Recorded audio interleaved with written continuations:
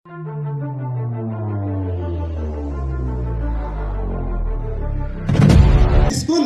kan namla pendai kedai tang kecing tembi kecing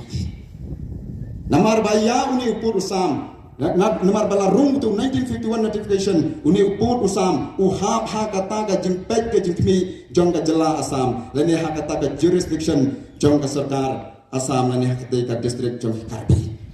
dan pun kita penriu kasi kejengi ha kani ka im ha ka ha kani ka jat penriu kasi kejengi ki ong kumni kini ki pulit mah ki pulit Meghalaya jengi oh ki apen ki yale donbor ki pen ibor tang yang ki prakasi ki basong hapo hangi hanong ba sulong hanrai da dei pat sakaput lada ya ki kita ki khar Assam lada don ki jengi ki kaput oh ki nut ban lek ban yakun satei saborda ki longkum kitu ki sau ki ba pendem trong angong ko ki ba ya kataru wat yang wat ya pediang namar baleng ong kumta kat bam patla ban pen biang ya go ban pen yu to 1951 notification ma ya kate ka jaka ka hap ha ka jimpet jingma jangka Assam ne ka jurisdiction jangka sarkar Assam lade pilai hangtai wala de dai mana kite ki bulit jangka Meghalaya kimla ban rom tai lem da yo ya ka permission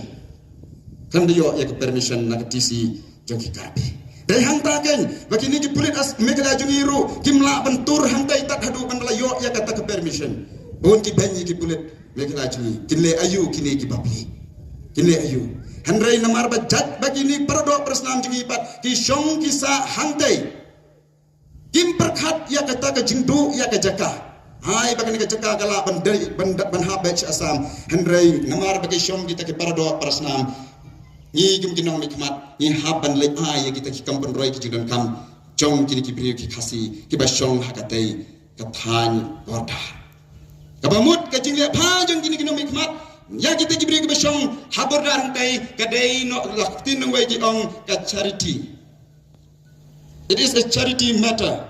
kadai ka kam is nai kam dai ya ka jingtmu bakin la ban penwan ya kata ki jaga ka pratri kisnong sha ka jela Meghalaya jungi dari hangta ken yakin takin major infrastructural development ka sarkar Meghalaya kamla banlek ai hangtai dari tangi